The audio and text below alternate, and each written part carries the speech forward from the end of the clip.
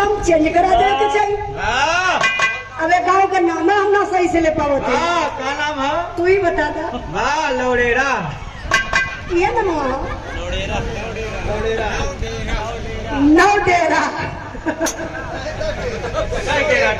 नौडेरा ना नौडेरा हमारे गांव का नाम एहो गलवन चेंज करा देता है सरकार में तो गाँव का नौवे चेंज होता। प्रयाग इलाहाबाद के बदल के प्रयागराज हो गए। वहाँ अब केहू भी जाई तो वहाँ सोने का खटिया मिलेला, सोने का भोजन मिलेला। जब से नाव बदल गए तब से इतना परिवर्तन हो गया कि वहाँ जे जाला प्रयागराज में सोने का रास्ता बन गया। कब हो जाए कि आप लोग देखिए अब वही तो यार मिट्टी कहीं पुराना जमीन और देखिए यार बनारस आप लोग बड़े हैं तो मुगल सराय का नाम बदल के पंडित दीनदयाल रख दिया गए। देखिए यही है राजनीति, यही है हमारे हिंदुस्तान के राजा। विकास खूब होता है, यही विकास पुरुष है जो विकास हो रहा है। सिर्फ गांव का नाम बदलना, 100 नंबर का नंबर बदलना, लाखों करोड़ों का खर्चा हो रहा है विकास के नाम पर। और कहा जा रहा है पता है, जो काम अखिलेश भैया किए हैं बस उसी के फीता काटने के चक्कर में पड़े हुए हैं। अखिलेश भैया का नारा है काम बोलता है, काम बोलेगा, काम बोल रहा है। लेकिन जो हमारी पब्लिक है ये लोग काम ना देखत हो, ये लोग नाम देखत हो कि कौन जिला का नाम चेंज होता चला वही जा मन के आजादी मिल जाई। नहीं मेरे बाबू, अब तो हम लोग गुलामी के जंजीर में जकड़ते जा रहे हैं। वो दिन बहुत दूर नहीं है, बिना मौत मारे जाएंगे। शिक्षा इतना महंगा होगा, इसलिए मैं बताना चाहती हूँ अभी आप लोग देख रहे हैं जीएसटी जीएसटी जीएसटी। शिक्षा भी महंग होगा, शिक्षा भी महंग हो गई। मेरा गरीब घर का भाई बेटा पढ़ ही ना पाइए, जो किताब कापी पर जीएसटी लग गया। यही तो है सरकार, रहर के दाल पर लग गई भैया, रहर के दाली पर लग गए। पहले दूधे पे हर चीज में जीएसटी लग गए। ये है अपन सरकार भाई, है सरकार का नीति बा। लेकिन हमान कितना समझाए आप लोग समझे तो ना हुआ। आजमगढ़ वाले समझ गए, हमारे आजमगढ़ में गेहूं का दाल न गली, आजमगढ़ वाले समझ गए ना। वैसे 2 साल से कुछ ना होके वाला, 2 साल परीक्षा, 2 साल परीक्षा। आजमगढ़ वाले जब काम करे ना तो बड़ा सोच समझ के करे, 10 का 10 सीट निकाल दिलन। अगर आप लोग भी उतना तैयारी किए होते तो आज समाजवादी पार्टी के सरकार से कोई रोक नहीं सकता। लेकिन आप लोग तैयारी नहीं किए, सिर्फ 2000 के चक्कर में, 5 किलो राशन के चक्कर में आप लोग दल बदलू बन गए। इसलिए मैं आप लोगों से मेरी ये शिकायत है। और देखिए 100 रुपए का पुरस्कार आप विवेक यादव भावी प्रत्याशी चेयरमैन ग्राम पंचायत। गीत नहीं है, बिरहा नहीं, अपने परिवार का दुख है जिसे मैंने YouTube पर भी गाया। हमारे जो भाई कार्यक्रम लिखा रहे थे तो बोले कि उजाला इस बिरहे को जरूर गाइएगा। आप लोगों ने सुने होंगे नेताजी की श्रद्धांजलि, हम किसानों के भगवान नेताजी की श्रद्धांजलि जो बिरहा है, आप लोगों ने बहुत ही प्यार दुलार सम्मान किया उस बिरहे के माध्यम से। लेकिन मैं बताना चाहती हूँ, जब खबर आई तो हमारे गुरुजी माननीय प्यारे लाल कबीर जी 4 लाइन भूमिका में भाव लिखते अपने नेताजी के लिए। भारतवासी क्या सोच रहे हैं कि भारतवासी हम सब क्या सोच रहे हैं। मास्टर साहब आइए।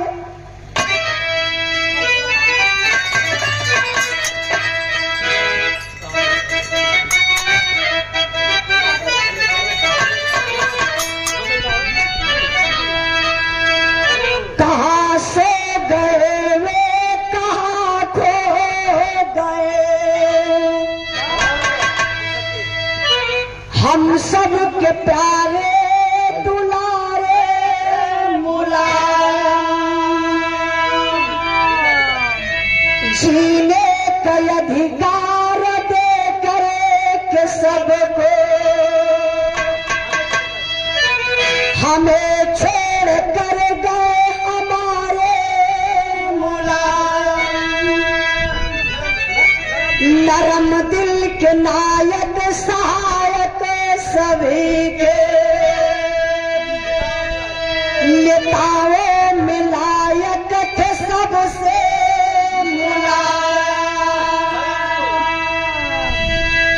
अरे भला उनको पाए हम किस दंदरा में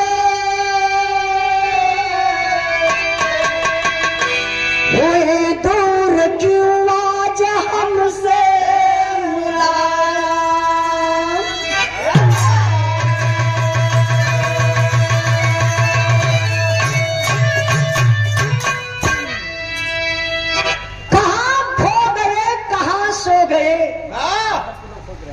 भारत के लोग सोच रहे हैं कि कहां सो गए कहां खो गए हम सबके प्यारे दुलारे मुलायम। जीने का अधिकार दे करके सबको जीने का अधिकार जो स्वर्गीय चौधरी चरण के मार्गदर्शन पर चलने का काम किए, जो पहले एक विमल मिश्रा विक्रमपुर नगर पंचायत सोनसा की धरती से नेताजी की श्रद्धांजलि के भाव पर सम्मान किए 200 रुपए का पुरस्कार देकर के, और सुरेंद्र कुमार यादव करका वार्ड नंबर 5 से सभासद प्रत्याशी 100 रुपए का पुरस्कार देकर सम्मान किए। विनोद गुप्ता एडवोकेट जी की तरफ से नेताजी के सम्मान में 500 रुपए का पुरस्कार देकर के सम्मान किए।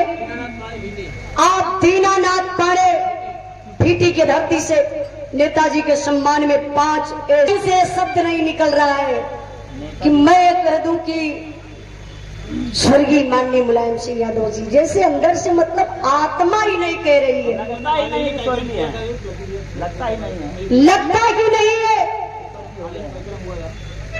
कि इस बात को मैं अपने दिल से अपने जुबान से कह दूं, क्योंकि हम सबके भगवान थे। लगता है हमारे बीच में है, ये लगता है कि हमारे बीच में अभी भी नेताजी हैं, और ऐसे हैं भी। नेताजी का सारा बात विचार सब कुछ अखिलेश भैया में है। जब आप लोग नेताजी को याद करेंगे तो सामने उसी निगाह से आप लोग अखिलेश भैया जी को जरूर देखिएगा, आपको नेताजी सामने झलक जाएंगे। कहना है क्या मास्टर साहब?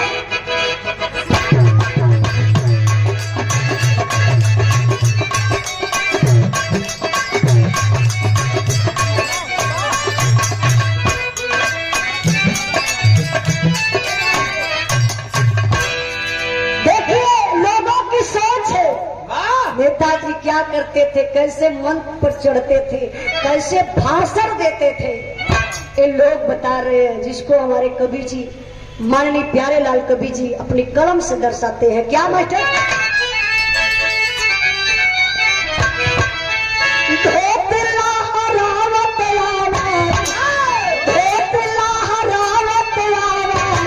भारत रहल मंच टंच भाषण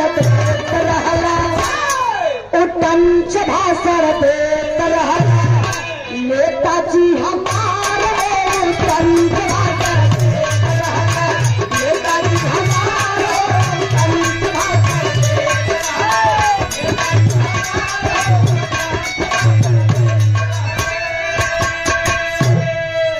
देखिए इसी भाव पर धोती लहरावत आवत चारा फेंक दीजिए, चिड़िया आएंगी उसी जाल में फंस जाएंगी। तो इसलिए मैं आप लोगों से कहना चाहती हूँ, क्या मास्टर साहब, आप CST international school Itahara driver दादाजी की तरफ से 51 रुपए का पुरस्कार, दादाजी के चरणों में बहुत बहुत प्रणाम। कहना है मालिक,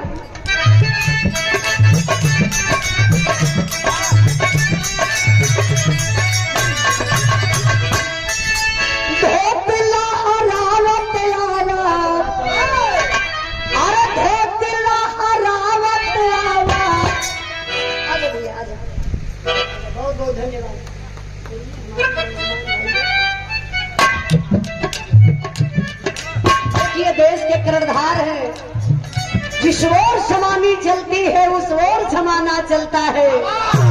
ये हमारे नौजवान भाई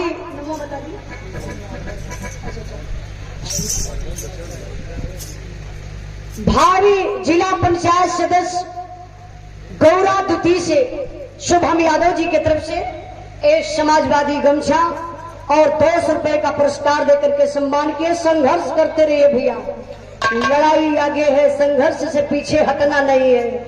इसलिए मैं इस विधेयक को आप लोगों के बीच में प्रस्तुत कर रही हूँ कि श्रद्धांजलि तो है, लेकिन नेताजी कितना संघर्ष किए थे इस पे आप लोग विचार करिएगा। कह रहे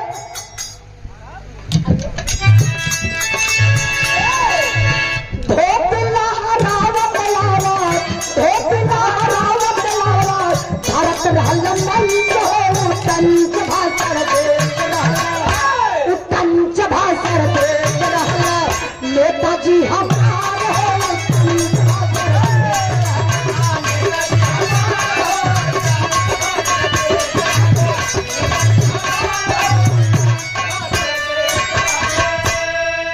लखू जी के चोला रहला चमकल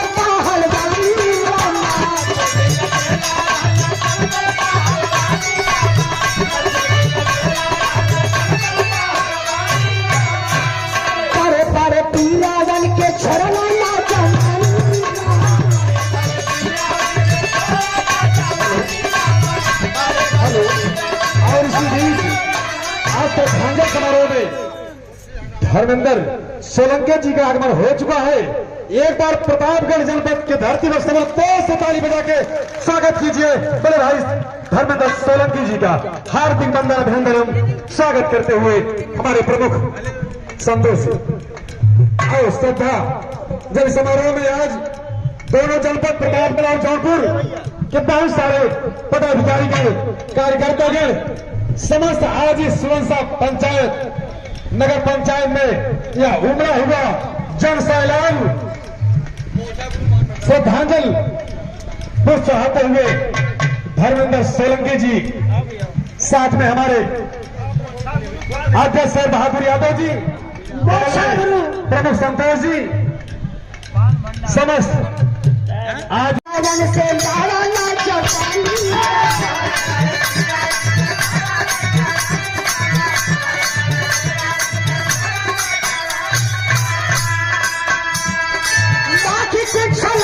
दिल में नाची कुछ लावा दिल में नाची पार पंच है पंच भाषण नेताजी हम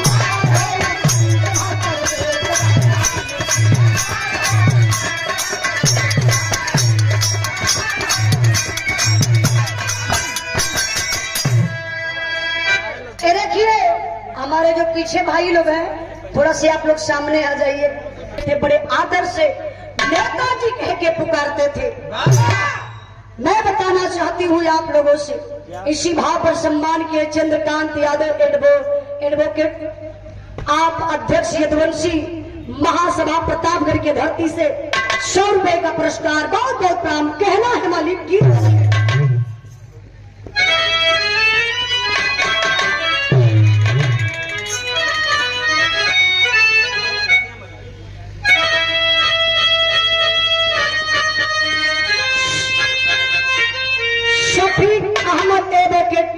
एडवोकेट साहब जी की तरफ से बैरमपुर सुरंसा जिला प्रतापगढ़ की धरती से सम्मान किए 200 रुपए का पुरस्कार देकर के बहुत बहुत प्रणाम।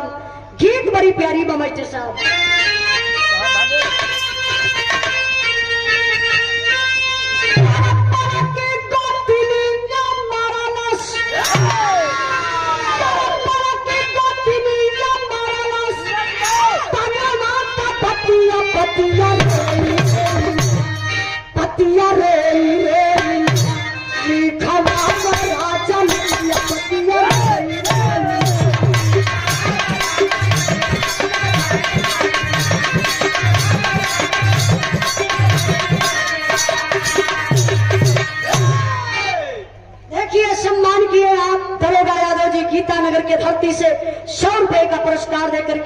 नेताजी के श्रद्धांजलि के भाव पर बहुत बहुत प्रणाम।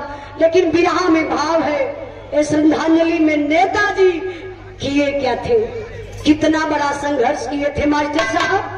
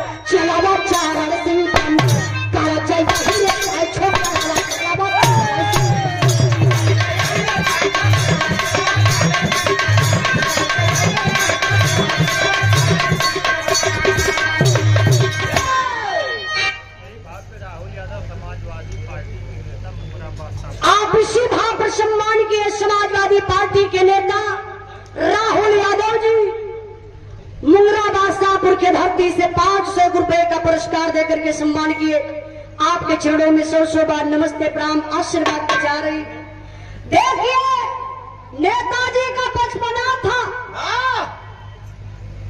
बचपना में अखाड़ा में जाते थे। बड़ा होनहार बेटा कहा जरा ये बाबू लड़का अगर कुछ करे वाला रहेला, आगे बढ़े वाला रहेला तो फिर लाठी बता देला। हो नहार बीरवान के हो चिकने पार। देखिए नेताजी जब अखाड़ा में जाए तो अपने शरीरिया में माटी पोत के वो अपने दादे से लड़े लगे। भैया भैया तो दादो कहा कि हमारा बेटा अच्छा पहलवान है, तो पहलवानी गुरु नथू सिंह यादव सिंह पहलवानी में इतना नाम चमकल। तो गुरु हो तो गुरु होले बाबू, गुरु का परख बहुत तेज होले। गुरु जी कहले बेटा के राजनीति में उतारा बड़ा जरूरी बा। अच्छा उस समय राजनीति में उतारने का मकसद था, नेताजी शुरू से वो जब देखते थे ना ये समस्या हम गरीबों पिछड़ों की, तो उनके बर्दाश्त से बाहर था। गरीबों की मदद करते थे तो आ गए राजनीति में। चौधरी चरण सिंह के चरण में आए बाबू। और नेताजी जब धीरे धीरे अपनी जगह बना लिए,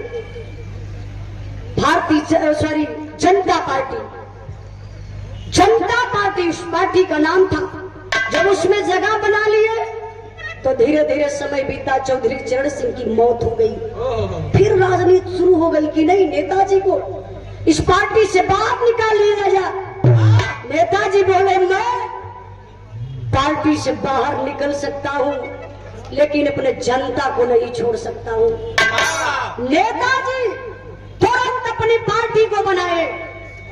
तो राजनीति के कुशल खिलाड़ी 1989 में पहली बार समाजवादी पार्टी की सरकार बनी।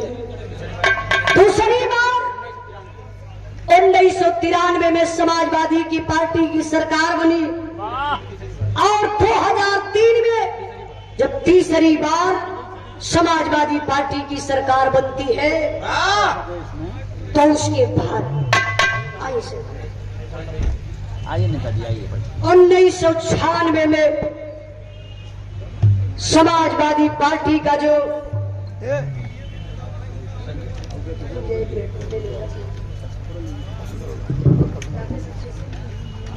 दीनदयाल शुक्ला, आप दीनदयाल शुक्ला उर्फ बाबा शुक्ला नगर पंचायत सुवंसा शिवगढ़ा के धरती से 100 रुपए का पुरस्कार, बहुत बहुत प्राम आशीर्वाद कचारी। और 500 रुपए का पुरस्कार मोहम्मद आजम भावी चेयरमैन प्रत्याशी, आपके तरफ से 500 रुपए का पुरस्कार। आपके चरणों में 100 बार नमस्ते प्रणाम। आप मोतीलाल बिन करखा से सभासद के प्रत्याशी आप हैं। वार्ड नंबर 5 से 100 रुपए का पुरस्कार, बहुत बहुत प्राम आशीर्वाद कचारी। जरा गौर करिएगा बाबू, आज की समस्या बढ़ती जा रही है, हम गरीबों पर अत्याचार हो रहा है, कहां सरकार सोई है। जरा गौर करिएगा बाबू, आज की आप लोगों ने देखा होगा, भैया पीछे वाले भाई थोड़ा हल्ला कम रहे, आप लोगों ने देखा होगा हक किसानों का हक छीना जा रहा था। किसान कौन है? हम बहुत बड़े पूंजीपति वाले नहीं हैं, हम एक छोटा मोटा किसान है जो खाता कमाता है। 2 बीघा 4 बीघा 1 बीघा 1 बिस्सा 2 बिस्सा खेती बा, लेकिन सरकार की निगाह हम किसानों पर पड़ गई कि किसानों को बर्बाद करना है,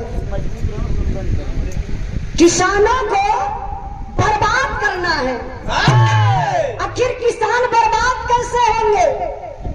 हाई संपत्तियां सरकारी हो जाएगी, हमार खेत या आपका खेत सरकारी हो जाएगी। सरकार वहां से ऐलान करी जवन कही तवन अमान पोई, हमान खटक दिनों रात, घाम बरसात धूप जाड़ा बरसात सब सह के खटल जाई, अन्न उगावल जाई।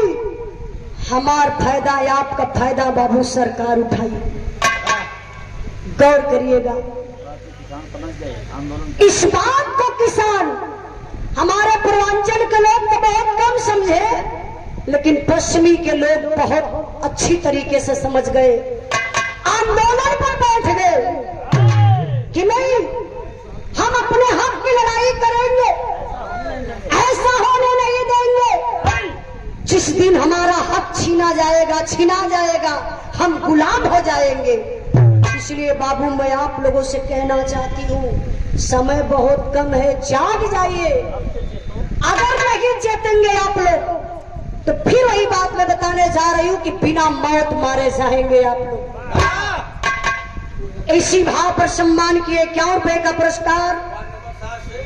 वार्ड नंबर 7 से आप राज बहादुर झंडा वाले, एक बार जोरदार ताली बजा के स्वागत करी। ये झंडा हमेशा लहराते रहलन, झंडा ऊंचा रहे हमारा, यही विश्व तिरंगा प्यारा। ये देखिए उमा शंकर चौरसिया भावी प्रत्याशी नगर पालिका परिषद मुंगरा बादशाहपुर समाजवादी पार्टी के आप नेता हैं। अच्छा, ये यहाँ से अलग क्षेत्र बा? अच्छा, भावी चेयरमैन के प्रत्याशी नगर पालिका परिषद मुंगरा बादशाहपुर समाजवादी पार्टी के आप नेता हैं। आपकी तरफ से 500 रुपए का पुरस्कार आपके चरणों में बहुत बहुत